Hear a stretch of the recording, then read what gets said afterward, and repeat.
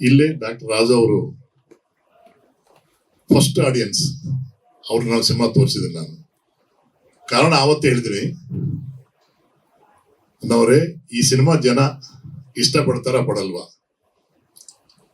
Cinema release ಮಾಡಬಹುದಾ ಮಾಡಬಾರದಾ, ಅದಕ್ಕೋಸ್ಕರನೇ ರಾಜು ಅವ್ರನ್ನ ಕರೆದಿನಿ. ಅವ್ರ ವೆಲ್ವಿಷರ್ಸ್ ಅವ್ರ ಜೊತೆ ಬಂದಿದ್ದಾರೆ, ಅವ್ರ ಮಗನು ಬಂದಿದ್ದಾರೆ. ನೋಡಿ ಒಂದೇ ಮಾತು ಹೇಳಿದ್ದಾರೆ,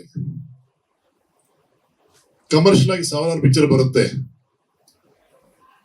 ಅದು ಯಾರ ಮನಸ್ಸಲ್ಲಿ ಇರಲ್ಲ, ದುಡ್ಡು ಬರುತ್ತೆ, ಸಂತೋಷ ಪಡ್ತಾರೆ.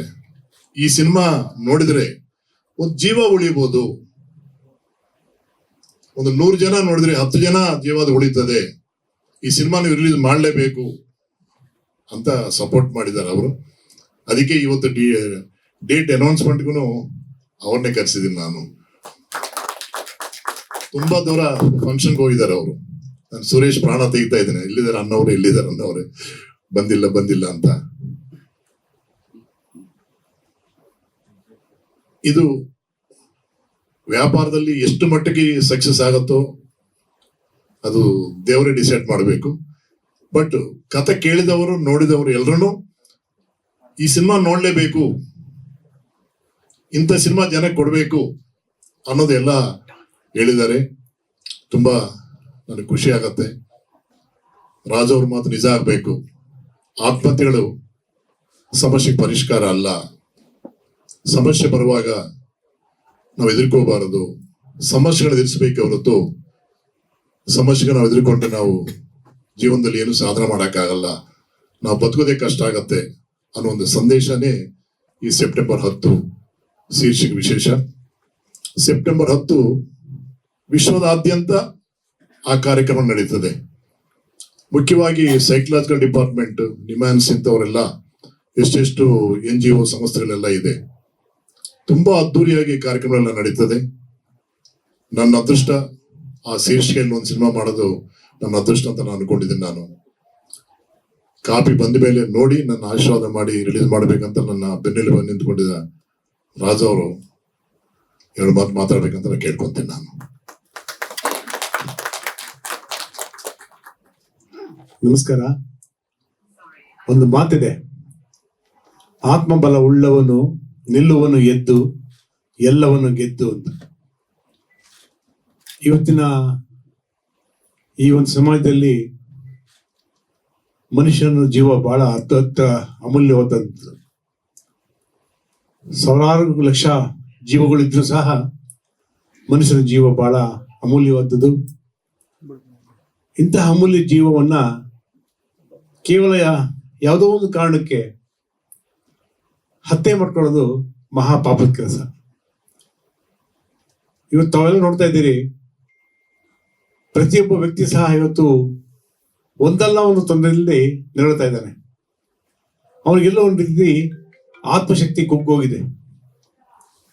ಈ ಸೆಪ್ಟೆಂಬರ್ 10 ಚಿತ್ರ ನನಗೆ ಬಹಳ ಖುಷಿಯಾಗಿದ್ದೇನಪ್ಪ ಅಂದ್ರೆ, ಇಷ್ಟ ಆಗಿದೆ. ಯಾಕಪ್ಪ ಅಂದ್ರೆ, ಯಾವ ವ್ಯಕ್ತಿ ತನ್ನ ಜೀವನದಲ್ಲಿ ಬರೀ ನೋವಲ್ಲೇ ಮುಳುಗಿರ್ತಾನೆ, ಮುಂದೆ ನನಗೆ ಬದುಕಿಗೆ ಬೆಳಕಿಲ್ಲ ಅಂತ ಅನ್ಕೊಂಡಿರ್ತಾನೆ, ಅಂತ ಸಂದರ್ಭದಲ್ಲಿ ಒಂದು ಆಸರೆ ಅಥವಾ ಒಂದು ಹುಮ್ಮಸ್ ಬರ್ತಕ್ಕಂಥ, ಅವನ ಜೀವನದಲ್ಲಿ ಬದುಕಬೇಕು ಅಂತ ಆಸೆ ಬರ್ತಕ್ಕಂಥ ಒಂದು ಶಕ್ತಿ ಬರುತ್ತೆ. ಆ ಶಕ್ತಿನೇ ಸೆಪ್ಟೆಂಬರ್ 10.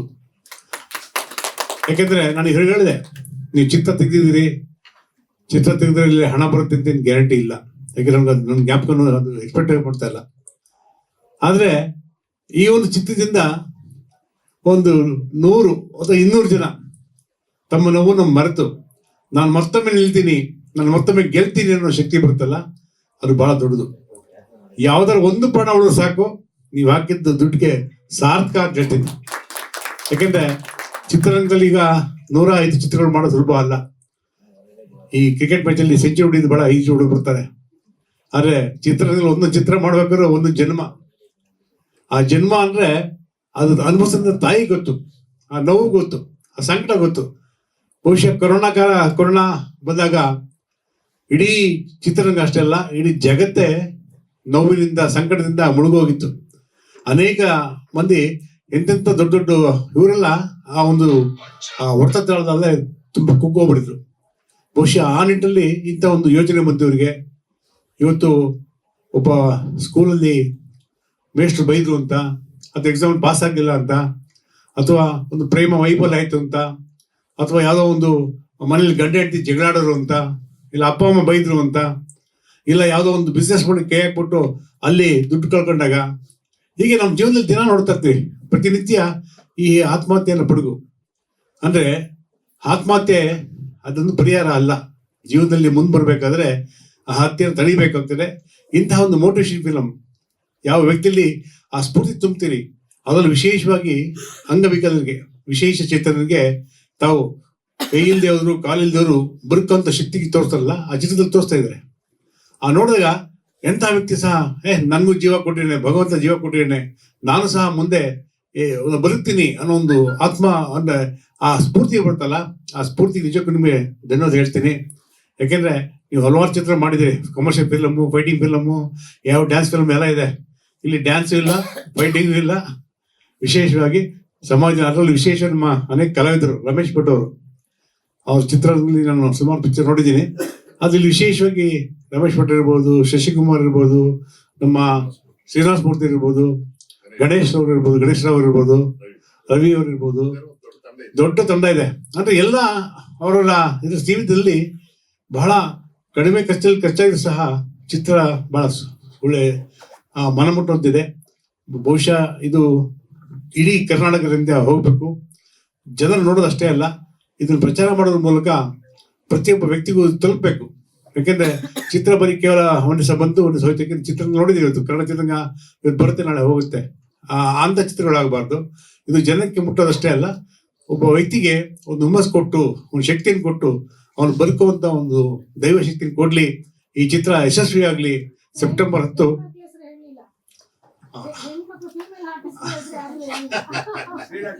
ಶ್ರೀರಕ್ಷಾ ಮೇಡಮ್ ಅವರು, ನವನೀತಾ ಮೇಡಮ್ ಅವರು, ರಕ್ಷಿತಾ ಅವರು, ತನುಜಾ ಮೇಡಮ್ ದಯವಿಟ್ಟು ಕ್ಷಮಿಸಿ. ಯಾಕೆಂದ್ರೆ ಇವತ್ತು ನೀವಿಲ್ದ ಚಿತ್ರರಂಗ ಇಲ್ಲ. For every success of a man there is a women behind ಅಂತ ಒಂದು ಗಾದೆ ಇದೆ. ಅಂದ್ರೆ ಈ ಚಿತ್ರ ಯಶಸ್ವಿ ಹೋಗ್ರೆ ನಿಮ್ಮ ಇದ್ದೇ ಇರ್ತದೆ, ನಿಮ್ಮ ಶಕ್ತಿ ಇದ್ದೇ ಇರ್ತದೆ. ಹಾಗಾಗಿ ಜೀವನದಲ್ಲಿ ಇರ್ಬೋದು, ಸಿನಿಮಾದಲ್ಲಿ ಇರ್ಬೋದು. ಇವ್ರಿಗೆ ರಾಜಮ್ಮನವ್ರು ಹೇಗೆ ಶಕ್ತಿ ಇದ್ದಾರೆ, ಹಾಗೆ ಜೀವನದಲ್ಲಿ ನೀವೆಲ್ಲರೂ ಶಕ್ತಿ ಇದ್ದೀರಿ. ಪ್ರತಿಯೊಬ್ಬ ವ್ಯಕ್ತಿಗಳು ಸಹ ನಿಮ್ಮ ಕ್ಯಾರೆಕ್ಟರ್ ರೋಲ್ ತುಂಬಾ ಅದ್ಭುತವಾಗಿ ಮಾಡಿದ್ದೀರಿ. ಯಾಕೆಂದ್ರೆ ಎಲ್ಲ ಪಳಗಿನ ಕಲಾವಿದರು. ವಿಶೇಷವಾಗಿ ನಮ್ಮ ಸಾಯಿ ಪ್ರಕಾಶ್ ಅವರು ದೈವ ಭಕ್ತರು, ದೈವಲ್ಲಿ ಬಹಳ ನಂಬಿಕೆ ಇಟ್ಕೊಂಡು ಅನೇಕ ಚಿತ್ರಗಳು ಮಾಡಿದ್ದಾರೆ. ನಾನು 2-3 ಚಿತ್ರ ನೋಡಿದ್ದೀನಿ. ನಾನು ಪ್ರದರ್ಶಕನೂ ಅಲ್ಲ, ನಿರ್ಮಾಪಕನೂ ಅಲ್ಲ, ಚಿತ್ರರಂಗದ ಅಷ್ಟು ಗೊತ್ತಿಲ್ಲ. ಆದ್ರೆ ವಿಶೇಷವಾಗಿ ಸಾಯಿ ಪ್ರಕಾಶ್ ಬಗ್ಗೆ ಯಾಕೆ ಪ್ರೀತಿ ಗೌರವ ಅಂದ್ರೆ, ಅವರು ಯಾವುದೇ ಚಿತ್ರ ಮಾಡೋದು ಸಹ ಬಹಳ ತಮ್ಮ ಇನ್ವಾಲ್ವ್ಮೆಂಟ್ ತೋರಿಸ್ತಾರೆ. ಅಲ್ಲಿ ಒಂದು ಏನೋ ಚಾಪ್ ಮೂಡಿಸಿರ್ತಾರೆ. ಹಾಗಾಗಿ ಚಿತ್ರರಂಗದಲ್ಲಿ ಇವತ್ತು ಕನ್ನಡ ಚಿತ್ರರಂಗದಲ್ಲಿ ಇಂಥ ಚಿತ್ರಗಳು ಬರಬೇಕು. ವಿಶೇಷವಾಗಿ ಜನರಿಗೆ ಒಂದು ಒಳ್ಳೆ ಮೆಸೇಜ್ ಕೊಡೋದ್ರ ಮೂಲಕ ಒಂದು ರೀತಿ ಒಂದು ಮೆಸೇಜ್ ಆದ್ರೆ ಅದು ನಿಜಕ್ಕೂ ಒಂದು ಒಳ್ಳೆ ಶಕ್ತಿ ಆಗುತ್ತೆ. ನಾಳೆ ಸಮಾಜದಲ್ಲಿ ಒಳ್ಳೆ ಬದಲಾವಣೆ ಆಗುತ್ತೆ. ಅನೇಕ ಜೀವಗಳು ಖಂಡಿತ ಉಳ್ಕೊಳ್ಳುತ್ತೆ. ಹಾಗಾಗಿ ಈ ಚಿತ್ರ ಯಶಸ್ವಿಯಾಗಲಿ. ಇಲ್ಲಿ ಅಭಿನಯಿಸಿರ್ತಕ್ಕಂಥ ಎಲ್ಲ ಕಲಾವಿದರಿಗೂ ನಾನು ತುಂಬುರದಿಂದ ಧನ್ಯವಾದ ಹೇಳ್ತಾ, ಈ ಚಿತ್ರಕ್ಕೆ ದೇವರು, ಬಾಬಾ ಅವರು, ಎಲ್ಲ ಕಲಾವಿದರು, ನಮ್ಮಲ್ಲಿ ಬಂದಿರತಕ್ಕಂಥ ಪತ್ರಿಕಾ ಮಾಧ್ಯಮದ ಎಲ್ಲ ಸ್ನೇಹಿತರು ದಯಮಾಡಿ ತಾವೆಲ್ಲ ಸಹಕಾರ ಮಾಡಿ ಈ ಚಿತ್ರ ಯಶಸ್ವಿಗೊಳಿಸಬೇಕು ಅಂತ ಕೇಳ್ಕೊಳ್ತೀನಿ. ನಮಸ್ಕಾರ.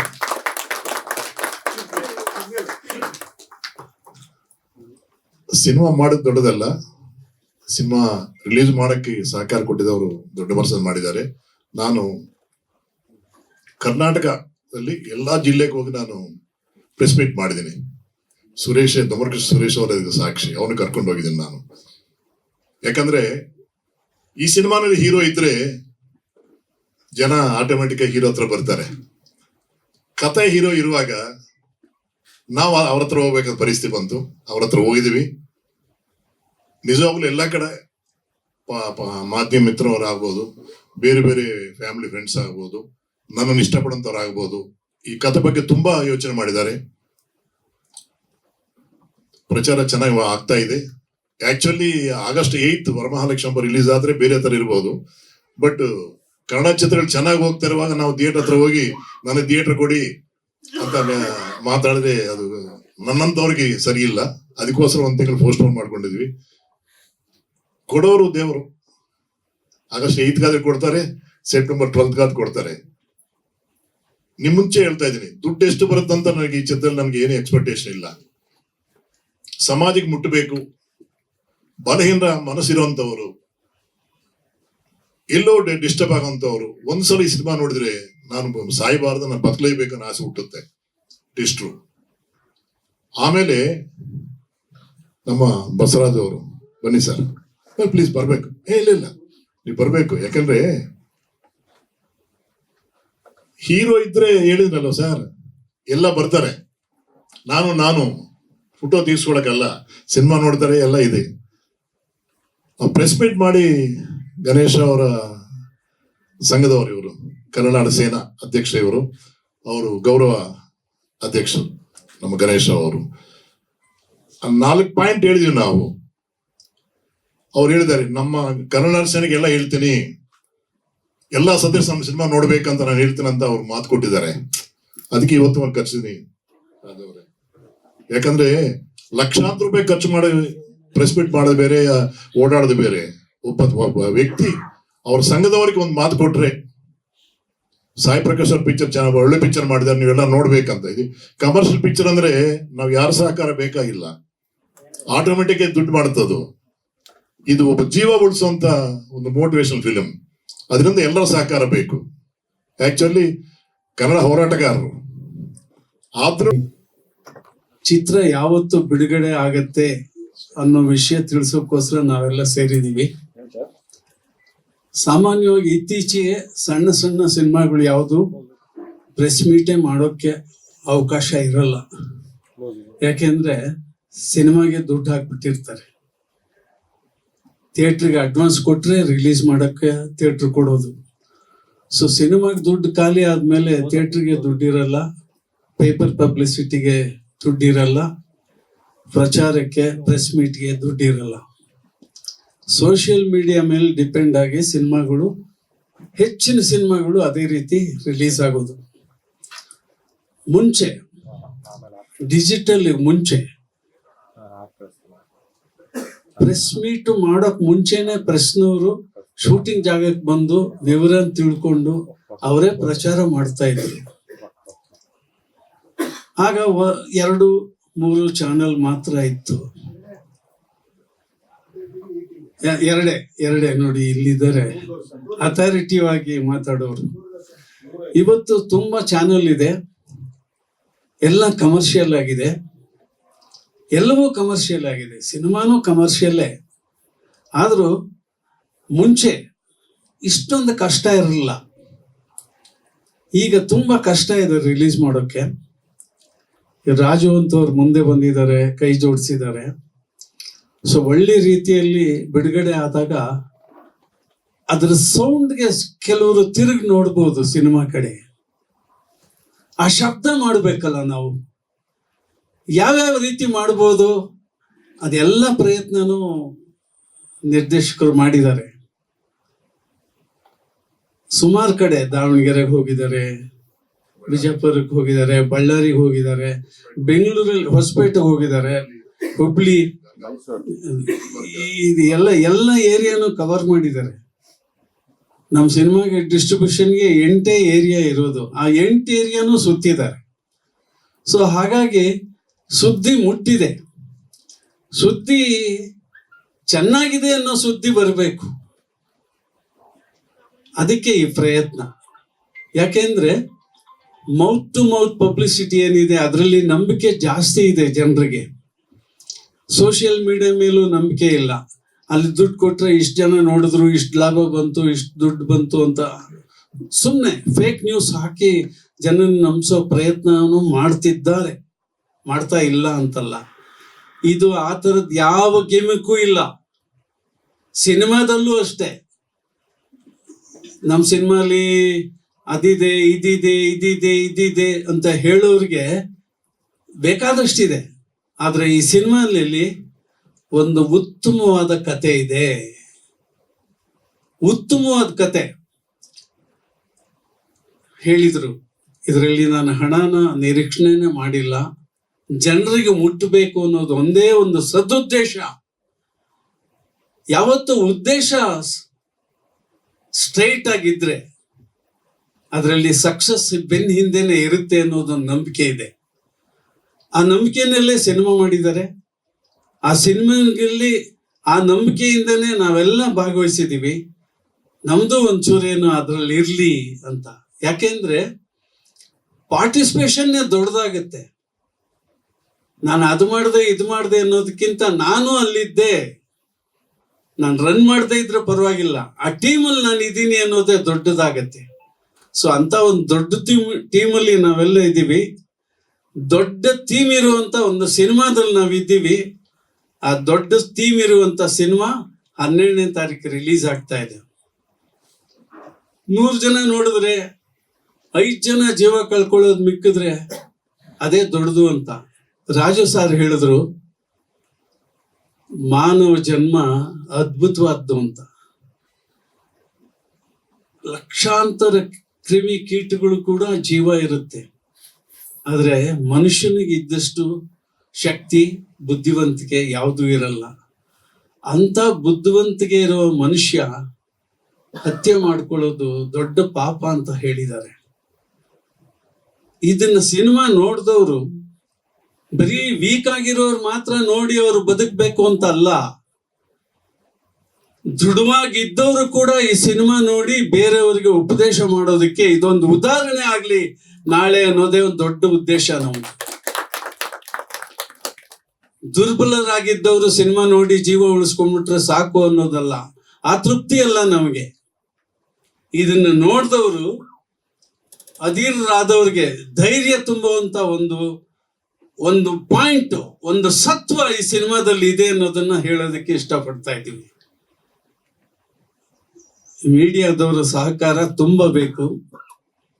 ಯಾಕೆಂದ್ರೆ ಮೀಡಿಯಾ ಮೇಲೆ ನಂಬಿಕೆ ಇದೆ. ಯಾಕೆಂದ್ರೆ ಒಂದು ಕೈನಲ್ಲಿ ಏನೋ ಒಂದು ವಿಷಯ ಬರೆದ್ರೆ ಇಬ್ರು ಓದಿ ಬಿಸಾಕ್ತಾರೆ. ಒಂದು ಪಾಂಪ್ಲೆಟ್ 1000 ಪ್ರಿಂಟ್ ಮಾಡಿ ಅಲ್ಲಲ್ಲಿ ಕೊಟ್ರೆ ಓದ್ಬಿಟ್ಟು ಪಕೋಡ ಕಟ್ಟಕ್ಕೆ ಕೊಟ್ಬಿಡ್ತಾರೆ.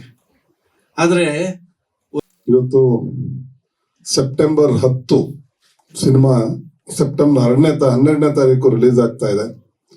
ಎಲ್ಲ ಮಾಧ್ಯಮ ಮಿತ್ರರಲ್ಲಿ ಈಗಾಗಲೇ ಹಿರಿಯರೆಲ್ಲ ಮನವಿ ಮಾಡಿದ್ದಾರೆ, ನಾನು ಕೂಡ ಮನವಿ ಮಾಡ್ಕೊಳ್ತಾ ಇದ್ದೀನಿ. ತಮ್ಮ ಪ್ರಚಾರ ಸಿನಿಮಾಕ್ಕೆ ಅನ್ನೋದಕ್ಕಿಂತ ಆತ್ಮಹತ್ಯೆ ಮಾಡ್ಕೊಳ್ಳದೆ ಇರೋ ತರದಕ್ಕೆ ಪ್ರಚಾರ ಕೊಡ್ಬೇಕಂತ ಮನವಿ ಮಾಡ್ಕೊಳ್ತೀನಿ.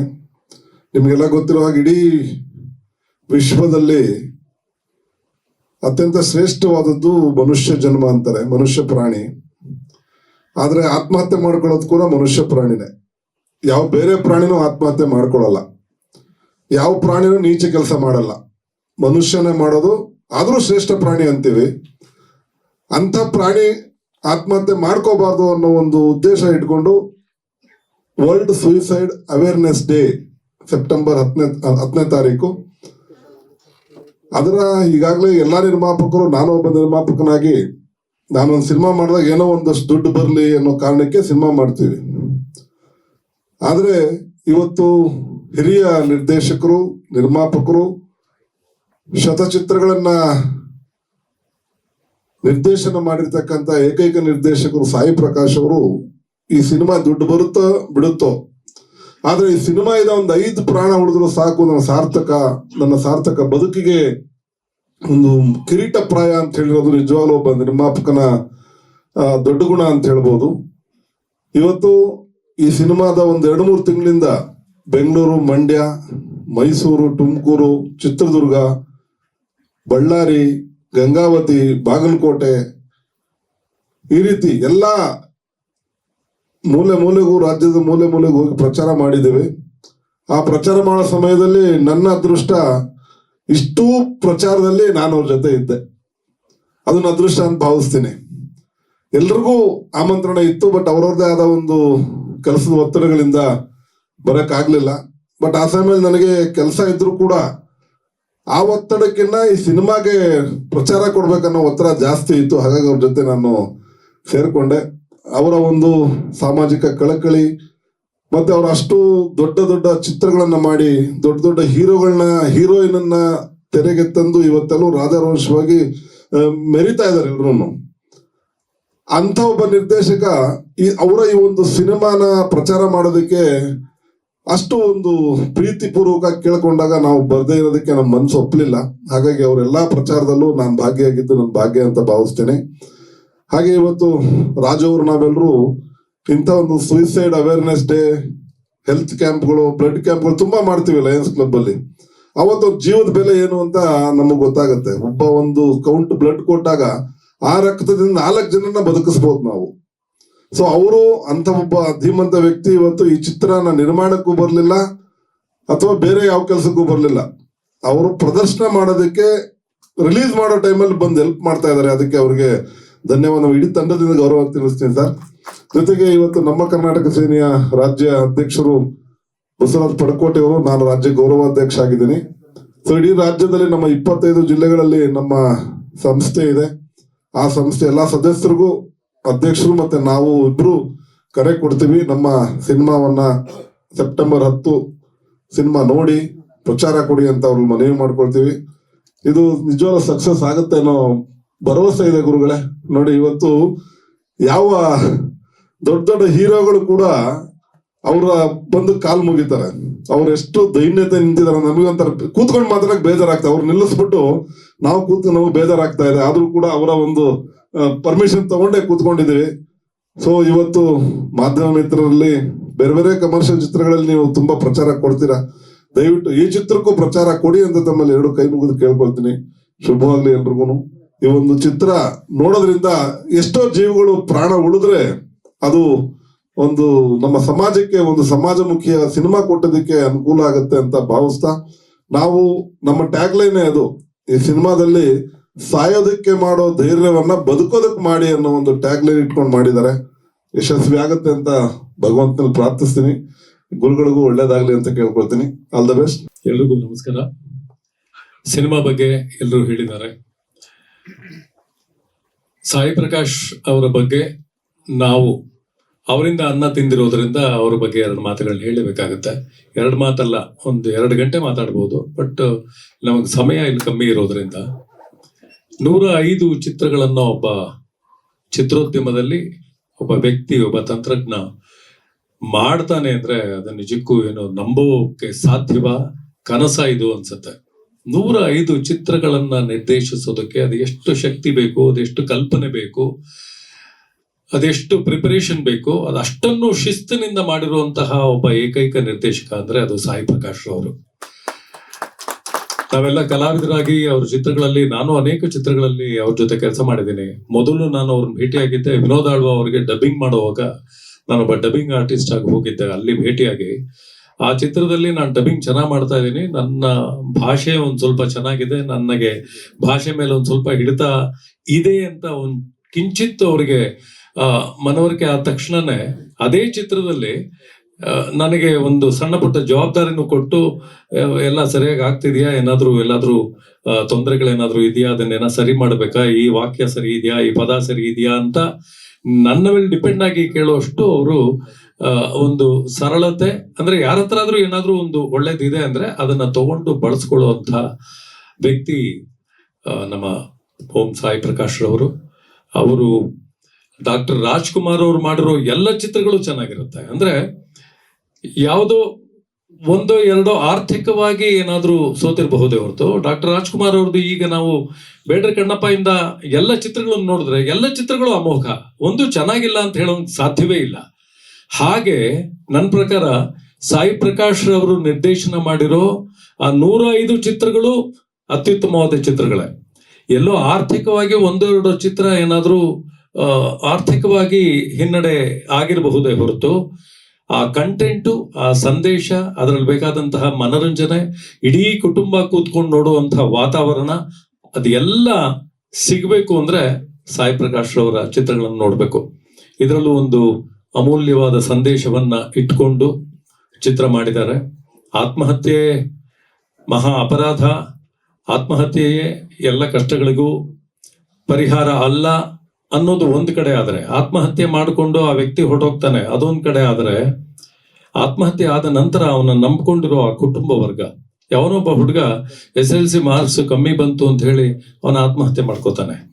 SSLC ಮಾರ್ಕ್ಸ್ ಕಮ್ಮಿ ಬಂತು ಅಂತ ಅವನ ಆತ್ಮಹತ್ಯೆ ಮಾಡ್ಕೊಂಡ್ರೆ ಆ ತಂದೆ ತಾಯಿಗಳು, ಆ ಪೋಷಕರು, ಅವ್ರ ಗತಿ ಏನು?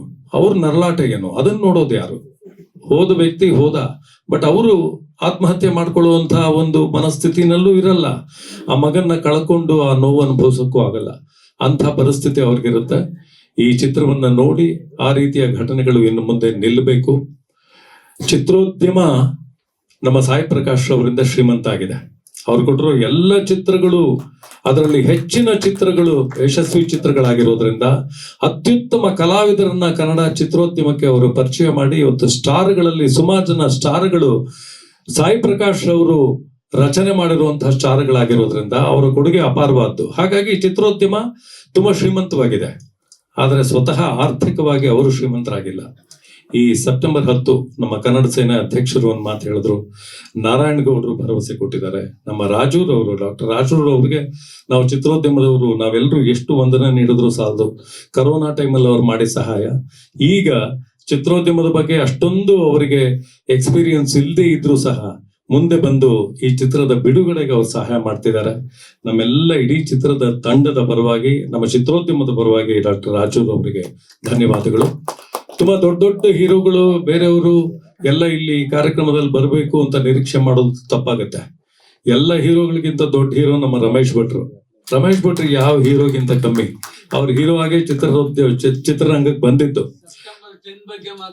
ರಮೇಶ್ ಭಟ್ರವರು ಇವತ್ತು ಮಾತ್ರ ಅಲ್ಲ, ಈ ಪ್ರೆಸ್ ಮೀಟ್ಗಳಲ್ಲಿ ಹಲವಾರು ಪ್ರೆಸ್ ಮೀಟ್ಗಳಿಗೆ ಅಷ್ಟು ದೂರದಲ್ಲಿದ್ರು. ಬ್ಯಾಂಗ್ಳೂರ್ ಸೌತ್ ಪೀಕ್ ಅಲ್ಲಿ ಇದ್ದಾರೆ ಅವರು, ಇಲ್ಲಿಗೆ ಬಂದಿದಾರಲ್ಲ, ಅವರಿಗೆ ನಮ್ಮ ಎಲ್ಲ ಕಲಾವಿದರ ಪರವಾಗಿ ರಮೇಶ್ ಭಟ್ರಿಗೆ ಧನ್ಯವಾದ ಹೇಳ್ತೀನಿ. ಒಟ್ಟಾರೆ ಈ ಚಿತ್ರ ನಾವೆಲ್ಲರೂ ಫ್ಯಾಮಿಲಿ ಎಲ್ಲ ಹೋಗ್ತೀವಿ. ಖಂಡಿತವಾಗ್ಲೂ ಇದನ್ನ ಯಶಸ್ವಿಗೊಳಿಸೋದಕ್ಕೆ ನಾವು ಒಂದು ಜವಾಬ್ದಾರಿ ತಗೋತೀವಿ. ಮಾಧ್ಯಮ ಮಿತ್ರರು ನಮ್ಮ ಅವಿಭಾಜ್ಯ ಅಂಗ. ಚಿತ್ರೋದ್ಯಮದ ಬಹಳ ಗಟ್ಟಿ ಅಂಗ ಅಂದ್ರೆ ಮಾಧ್ಯಮ ಮಿತ್ರರು. ನೀವು ಆಸ್ಥೆಯಿಂದ ಇಲ್ಲಿಗೆ ಬರ್ತಿದ್ದೀರಾ, ಅದು ಕೂಡ ನೀವು ಜವಾಬ್ದಾರಿ ತೋರಿಸ್ತಾ ಇದ್ದೀರಾ. ಅಂದ್ರೆ ಸಾಯಿ ಪ್ರಕಾಶ್ ಅವರಂತ ಅತ್ಯುತ್ತಮ ನಿರ್ದೇಶಕರು ನಿರ್ದೇಶನ ಮಾಡಿರೋ ಚಿತ್ರಕ್ಕೆ ನೀವು ಪ್ರೋತ್ಸಾಹ ಕೊಡ್ತೀರಾ ಅನ್ನೋ ಭರವಸೆ ಇದೆ. ಇನ್ನೂ ಹೆಚ್ಚಿನ ಪ್ರೋತ್ಸಾಹವನ್ನ ನೀವು ಕೊಟ್ಟು ಈ ಚಿತ್ರನ ಯಶಸ್ವಿಗೊಳಿಸಬೇಕು, ಸಂದೇಶನೂ ತಲುಪಬೇಕು. ಸಾಯಿ ಪ್ರಕಾಶ್ ಅವರಿಗೆ ಮುಂದಿನ ಚಿತ್ರಗಳನ್ನ ನಿರ್ದೇಶನಕ್ಕಿಂತ ಹೆಚ್ಚಾಗಿ ನಿರ್ಮಾಣ ಮಾಡೋ ಶಕ್ತಿ ನಿಮ್ಮಿಂದ ಸಿಗಲಿ ಅನ್ನೋ ಮಾತನ್ನು ಹೇಳ್ತಾ ನನ್ನ ಮಾತು ಮುಗಿಸ್ತೇನೆ. ನಮಸ್ಕಾರ. ಮಾಧ್ಯಮ ವರ್ಗದವ್ರಿಗೆ ನನ್ನೊಂದು ರಿಕ್ವೆಸ್ಟ್, ಫೈನಲಿ ಸೆಪ್ಟೆಂಬರ್ 10 ಚಿತ್ರಕ್ಕೆ ತಾವೆಲ್ಲರೂ ಸಾಕಷ್ಟು ಪ್ರಚಾರ ಕೊಡಬೇಕು ಅಂತ ನಮ್ಮ ಚಿತ್ರತಂಡದಿಂದ ನಾವು ಕಳಕಳಿಯ ಪ್ರಾರ್ಥನೆ ಮಾಡ್ಕೊಂತೀವಿ. ನಮ್ಮ ಚಿತ್ರಕ್ಕೆ ಹಾಗೂ ಚಿತ್ರತಂಡಕ್ಕೆ ಒಳ್ಳೇದಾಗ್ಲಿ ಅಂತ ಎಲ್ಲರೂ ಹಾರೈಸಿ.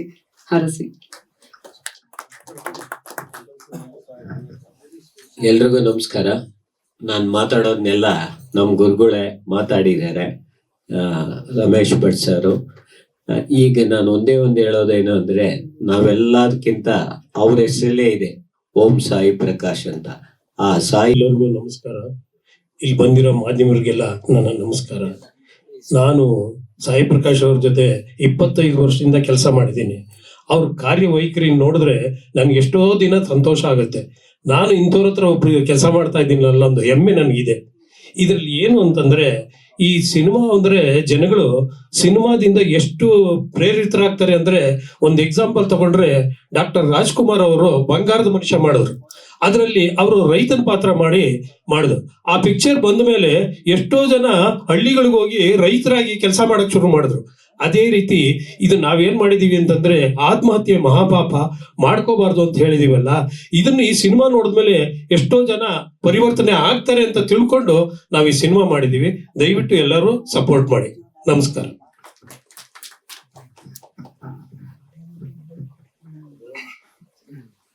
ಸಭೆಗೆ ನಮಸ್ಕಾರ, ಮಾಧ್ಯಮದವರಿಗೆ ನಮಸ್ಕಾರ.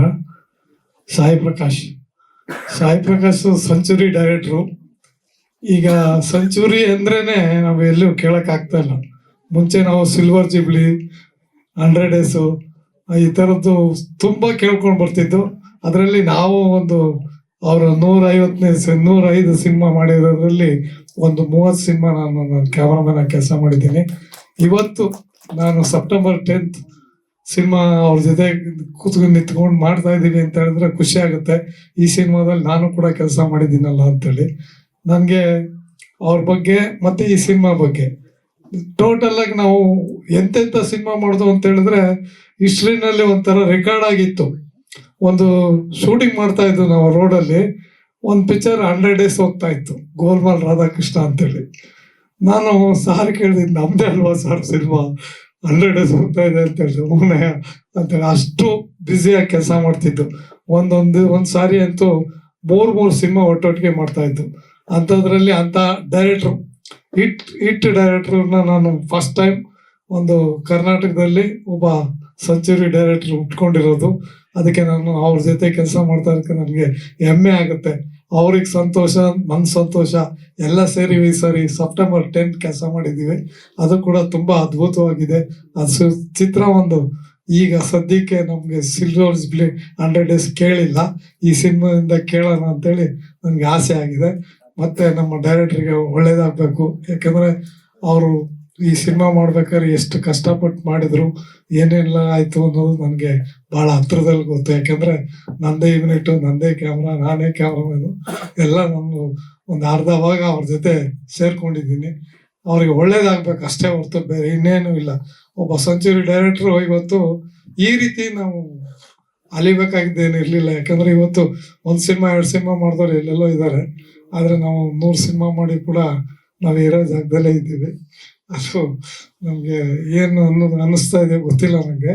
ಬಟ್ ಈ ಸಿನಿಮಾಯಿಂದ ಒಂದು ಹೆಸರು ಬಂದು ಅವ್ರಿಗೆ ಇನ್ನು ಮತ್ತೆ ಯಥಾ ಪ್ರಕಾರ ನಾವೇನು ಒಂದೊಂದು ದಿವ್ಸಕ್ಕೆ 3 ಪಿಕ್ಚರ್ಗಳು ಕೆಲಸ ಮಾಡ್ತಿದ್ವಲ್ಲ, ಅದೇ ಥರ ಆಗಬೇಕು ಅಂತೇಳಿ ನನ್ನ ಆಸೆ.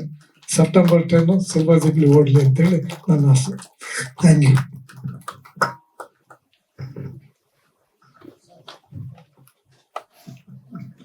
ನನ್ನ ಸಾಯಿ ಸರ್ ಚಿಕ್ಕದಾದ ಒಂದು ಪರಿಚಯ ಹೇಗಾಗಿದ್ದು ಅಂತ ಹೇಳ್ಬಿಡ್ತೀನಿ. ಚಿಕ್ಕದಾಗಿ ನಂದು ಕಲಾಕ್ಷೇತ್ರದಲ್ಲಿ ಒಂದು ಡ್ರಾಮಾ ಇತ್ತು. ನಾವು ಆಡಿಯನ್ಸ್ ಬರಬೇಕು ಅನ್ನೋದನ್ನ ಎಕ್ಸ್ಪೆಕ್ಟ್ ಮಾಡ್ತೀವಿ. ಬಟ್ ಅವತ್ತು ದೊಡ್ಡ ದೊಡ್ಡ ಸೆಲೆಬ್ರಿಟಿಗಳೇ ನನ್ನ ಡ್ರಾಮಾ ಬಂದ್ಬಿಟ್ರು. ನನಗೆ ಆಶ್ಚರ್ಯ, ಏನಪ್ಪಾ ನನ್ನ ಡ್ರಾಮಾಗೆ ಇಂಥ ದೊಡ್ಡ ಸೆಲೆಬ್ರಿಟಿ ರಮೇಶ್ ಭಟ್ ಸರ್ ಬಂದಿದ್ರು, ಗಣೇಶ್ ಸರ್ ಬಂದಿದ್ರು, ನಿರ್ದೇಶಕರು. ನನಗೆ ತುಂಬಾ ಖುಷಿ. ಬಟ್ ನಾಟಕ ಮುಗಿದ್ಮೇಲೆ ಗೊತ್ತಾಯ್ತು, ಈ ನಾಟಕ ಸಿನಿಮಾ ಆಗ್ತಾ ಇದೆ, ವಿಶ್ವರಾಧ ಮಹಾತ್ಮೆ ಅಂತ ನಾಟಕ ಸಿನಿಮಾ ಆಗ್ತಾ ಇದೆ ಅಂತ ಗೊತ್ತಾಯ್ತು.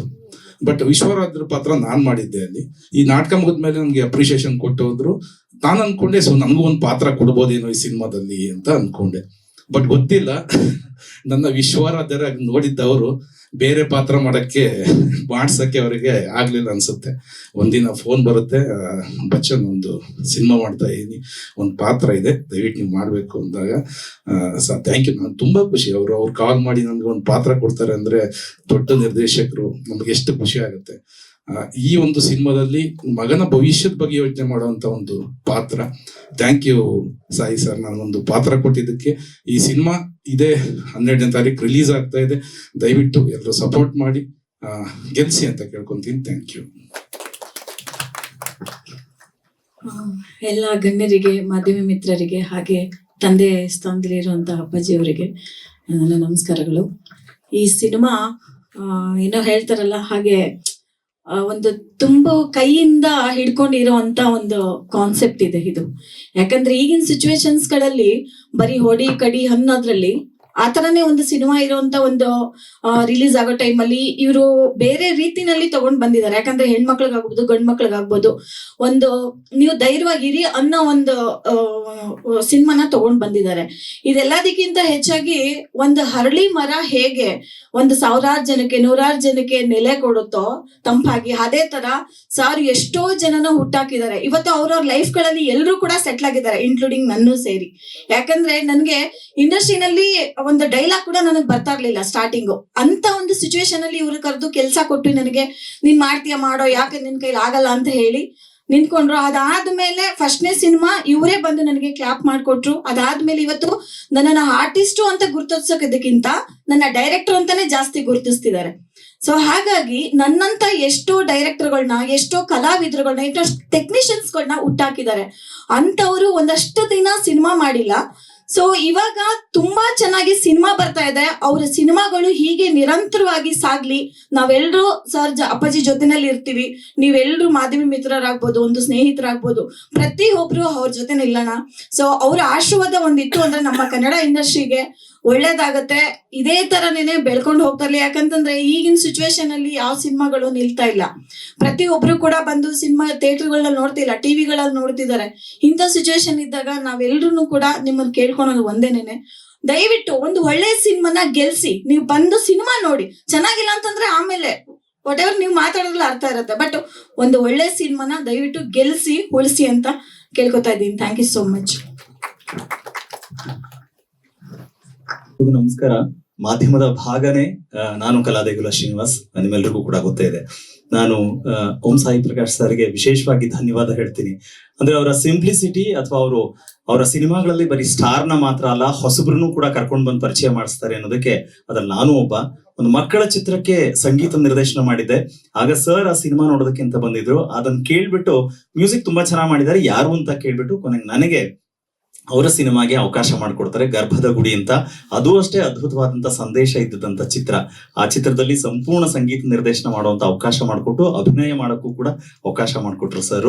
ಅಂಡ್ ಈ ಸಿನಿಮಾದಲ್ಲಿ ಬ್ಯಾಕ್ ಗ್ರೌಂಡ್ ಸ್ಕೋರಿಂಗು ಮತ್ತೆ ಒಂದು ಲೀಡ್ ಕ್ಯಾರೆಕ್ಟರ್, ಅಂದ್ರೆ 4 ಕಥೆಗಳು ಬರೋದ್ರಲ್ಲಿ ಈಗ ಎಲ್ರು ಮಾತಾಡ್ತಾ ಇದ್ರಲ್ಲ, ಶಾಲೆಯಲ್ಲಿ ಓದೋದು ಸರಿಯಾಗಿ ಓದದೇ ಇದ್ದಾಗ, ಬೇರೆ ಒತ್ತಡಗಳು ಹೇರಿದಾಗ ಸೂಸೈಡ್ ಮಾಡ್ಕೊಳ್ಳೋದಕ್ಕೆ ಅಂತ. ನನಗೆ ಅಂದ್ರೆ ಆ ಸಿನಿಮಾ ರಿರೆಕಾರ್ಡಿಂಗ್ ಮಾಡುವಂತ ಟೈಮಲ್ಲಿ ಆಗಿದ್ದು ಅಂದ್ರೆ, ಈಗ ಆಸ್ ಅನ್ ಆರ್ಟಿಸ್ಟ್ ಎಲ್ಲರೂ ಹೇಳ್ತಾ ಇದ್ರು ಅಂದ್ರೆ ಸೀನ್ ಮಾಡ್ಬೇಕಾದ್ರೆ ಅಳು ಬರ್ತಾ ಇತ್ತು ಅಂತ. ಬಟ್ ನನಗೆ ರೀ ರೆಕಾರ್ಡಿಂಗ್ ಮಾಡೋ ಟೈಮ್ ನಲ್ಲಿ ಪ್ರತಿ ಸೀಕ್ವೆನ್ಸ್ ಗಳು ಕೂಡ ಅಷ್ಟೇ ಎಲ್ಲೋ ನನ್ನ ಮಧ್ಯದಲ್ಲಿ ನಮ್ಮ ಅಕ್ಕಪಕ್ಕದಲ್ಲಿ ನಡೀತಾ ಇದೆ ಅನ್ನೋ ರೀತಿನಲ್ಲೇ ಫೀಲ್ ಆಗ್ತಾ ಇದ್ದು. ಮತ್ತೆ ನಮಗೆ ಕೆಲವು ಕ್ಲೈಮ್ಯಾಕ್ಸ್ ಗಳು ಬಂದಾಗ ಖಂಡಿತ ನಾವು ಹತ್ತದ್ದುಂಟು ರೀ ರೆಕಾರ್ಡಿಂಗ್ ಟೈಮ್ ಅಲ್ಲಿ.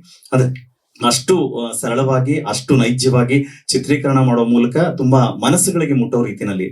ಆಮೇಲೆ ಸರ್ ಒಂದ್ಸಲ ಅಂದ್ರೆ ಈ ಹಿಂದೆ ನಾನೊಂದ್ ಸಿನಿಮಾ ಪ್ರೊಡ್ಯೂಸ್ ಮಾಡಿ ನ್ಯಾಷನಲ್ ಅವಾರ್ಡ್ ಬಂದಾಗ ಸರ್ ಅಂದ್ರು, ಸೀನು ನಾನು 100 ಸಿನಿಮಾ ಹತ್ರಕ್ಕೆ ಬಂದಿದ್ದೀನಿ, ಎಷ್ಟು ಒಳ್ಳೊಳ್ಳೆ ಚಿತ್ರ ನೀವು ನೋಡಿದೀರಾ ಅಲ್ವಾ, ಒಂದು ನ್ಯಾಷನಲ್ ಅವಾರ್ಡ್ ಅಟ್ ಲೀಸ್ಟ್ ಅನ್ನೋ ತರ ಅಂದಿದ್ರು. ಆದ್ರೆ ನನಗನ್ಸ್ತಾ ಇದೆ ನಾವೀಗ ಅದನ್ನ ಯಾವ ಹಿನ್ನೆಲೆ ಇಲ್ಲದೆ ತಗೊಂಡಿದ್ದವರು, ಆದ್ರೆ ಖಂಡಿತ ಸರ್ ಈ ಚಿತ್ರಕ್ಕೆ ನ್ಯಾಷನಲ್ ಅವಾರ್ಡ್ ಬರ್ಲೇಬೇಕು ಸರ್. ಬಿಕಾಸ್ ಇದು ಇಡೀ ಪ್ರಪಂಚದುದ್ದಗಲಕ್ಕೂ ಕೂಡ ಹೋದ್ರೆ ಸೂಯಿಸೈಡ್ ಅನ್ನೋದು ಇಟ್ಸ್ ಎ ವೆರಿ ಕಾಮನ್ ಆಗೋಗಿದೆ. ಬಟ್ ಆದ್ರೆ ಅದನ್ನ ಮಾಡಬೇಡಿ ಅನ್ನುವಂತ ಅದ್ಭುತವಾದಂತ ಸಂದೇಶ ಇಟ್ಕೊಂಡು ಇಷ್ಟು ದೊಡ್ಡ ಸಾಹಸಕ್ಕೆ ಕೈ ಹಾಕಿದಾರಲ್ಲ ಸರ್, ಅದು ನಿಮ್ಮ ಹೆಗ್ಗಳಿಕೆ ಸರ್.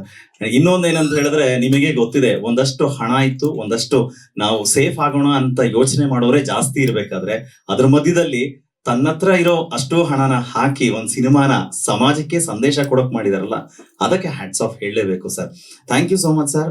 ನಿಮ್ಮ ಸಿನಿಮಾದ ಭಾಗ ಮಾತ್ರ ಅಲ್ಲದೆ ನಿಮ್ಮ ಬದುಕಿನ ಭಾಗವಾಗಿ ನನ್ನನ್ನು ಒಬ್ಬನ ಜೊತೆ ಸೇರಿಸ್ಕೊಂಡಿದ್ದೀರಾ. ಹಾಗಾಗಿ ಎಲ್ಲಾ ಕಲಾವಿದರ ಪರವಾಗಿ ಒಂದು ಪ್ರೀತಿಯ ಧನ್ಯವಾದಗಳನ್ನ ಹೇಳ್ತೀನಿ. ಅಫ್ಕೋರ್ಸ್ ಮಾಧ್ಯಮ ನೀವೆಲ್ಲರೂ ಕೂಡ ಯಾವಾಗ್ಲೂ ಸಪೋರ್ಟ್ ಮಾಡ್ತಾನೆ ಬಂದಿದ್ದೀರಾ ಎಲ್ಲಾ ಸಿನಿಮಾಗಳಿಗೆ, ಬರೀ ಸ್ಟಾರ್ ಅಲ್ಲ ಹೊಸಬ್ರಿಗೂ ಕೂಡ ಕೈ ಹಿಡಿದಿದ್ದೀರಾ. ಅದೇ ರೀತಿಯಾಗಿ ನಾನು ಇಂಥ ದೊಡ್ಡ ನಿರ್ದೇಶಕರಿಗೆ ನೀವು ಕೈ ಹಿಡೀರಿ ಅಂತ ಹೇಳಲ್ಲ, ನಿಮ್ ಜವಾಬ್ದಾರಿಯಲ್ಲಿ ನಿಮ್ ಪಬ್ಲಿಸಿಟಿ ಮಾಡ್ಕೊಡಿ ಅಂತ ಕೇಳ್ಕೊಳ್ತೀನಿ. Thank you so much. ಎಲ್ಲರಿಗೂ ಮೊದಲನೇದಾಗಿ ನನ್ಗೆ ಈ ಸಿನಿಮಾದಲ್ಲಿ ಆಕ್ಟ್ ಮಾಡಕ್ಕೆ ಅವಕಾಶ ಮಾಡಿಕೊಟ್ಟೆ ಸಾಯಿ ಪ್ರಕಾಶ್ ಸರ್ಗೆ ನಾನು ಥ್ಯಾಂಕ್ಸ್ ಹೇಳಕ್ ಇಷ್ಟಪಡ್ತೀನಿ. ಈ ಸಿನಿಮಾ ತುಂಬಾ ಒಳ್ಳೆ ಸಂದೇಶ ಇದೆ. ಸೊ ಎಲ್ಲರೂ ಈ ಸಿನಿಮಾ ಬಂದು ನೋಡಿ ಪ್ರೋತ್ಸಾಹಿಸ್ಬೇಕು ಅಂತ ಕೇಳ್ಕೊತೀನಿ. Thank you so much. ಎಲ್ಲರಿಗೂ ನಮಸ್ಕಾರ. ನನ್ನ ಹೆಸರು ಸಂದೀಪ್ ಅಂತ. ಇದು ನನ್ನ second film. First film Punarapi ಅಂತ ಒಂದು ಮೂವಿ ಮಾಡಿದೆ. ರಮೇಶ್ ಸರ್ನು ಅದರಲ್ಲಿ ಆಕ್ಟ್ ಮಾಡಿದ್ದಾರೆ. ನನ್ನ 2 ಸಿನಿಮಾದಲ್ಲೂ ಅವರಿರೋದು ನನ್ನ ಅದೃಷ್ಟ. ಸೆಕೆಂಡ್ ಫಿಲ್ಮೇ ಸಾಯಿ ಪ್ರಕಾಶ್ ಸೆಂಚುರಿ ಡೈರೆಕ್ಟರ್, ಅವ್ರ ಜೊತೆ ನನಗೆ ಅವಕಾಶ ಸಿಕ್ಕಿದ್ದು ನಂಗೆ ತುಂಬಾ ಅದೃಷ್ಟ. ಒಳ್ಳೆ ಸಂದೇಶ ಇದೆ ಸಿನಿಮಾ ಚೆನ್ನಾಗಿ ಓಡ್ಲಿ ಅಂತ ನಾನು ಮನಸ್ಫೂರ್ತಿಯಾಗಿ ಕೋರ್ಕೊಳ್ತಾ ಇದ್ದೀನಿ.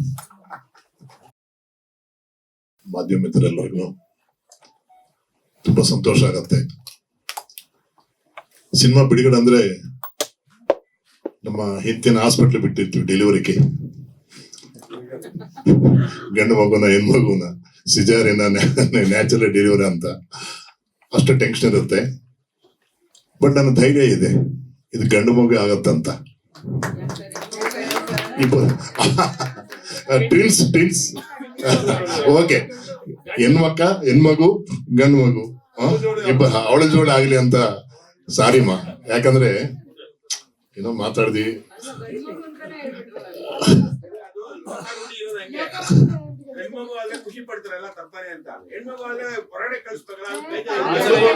ಓಕೆ, ಅದೆಲ್ಲ ಬಿಟ್ಬಿಡೋಣ, ಅವಳಿ ಜೋಡಿನ ಆಗತ್ತೆ. ಓಕೆ, ಎಲ್ಲರೂ ಹೇಳಿ, ಎಲ್ಲರೂ ಒಟ್ಟಿಗೆ. ಸೆಪ್ಟೆಂಬರ್ 12 ನಮ್ಮ ಚಿತ್ರ ಬಿಡುಗಡೆ ಆಗ್ತಾ ಇದೆ, ನೀವೆಲ್ಲರೂ ನೋಡಿ ಅಂತ. ರೆಡಿ? 1, 2, 3. ಸೆಪ್ಟೆಂಬರ್ 12 ನಮ್ಮ ಚಿತ್ರ ಬಿಡುಗಡೆ ಆಗ್ತಾ ಇದೆ, ನೀವೆಲ್ಲರೂ ಬಂದು ನೋಡಿ ಆಶೀರ್ವಾದ ಮಾಡಿ. September 10, September 10, September 10, September 10, September 10.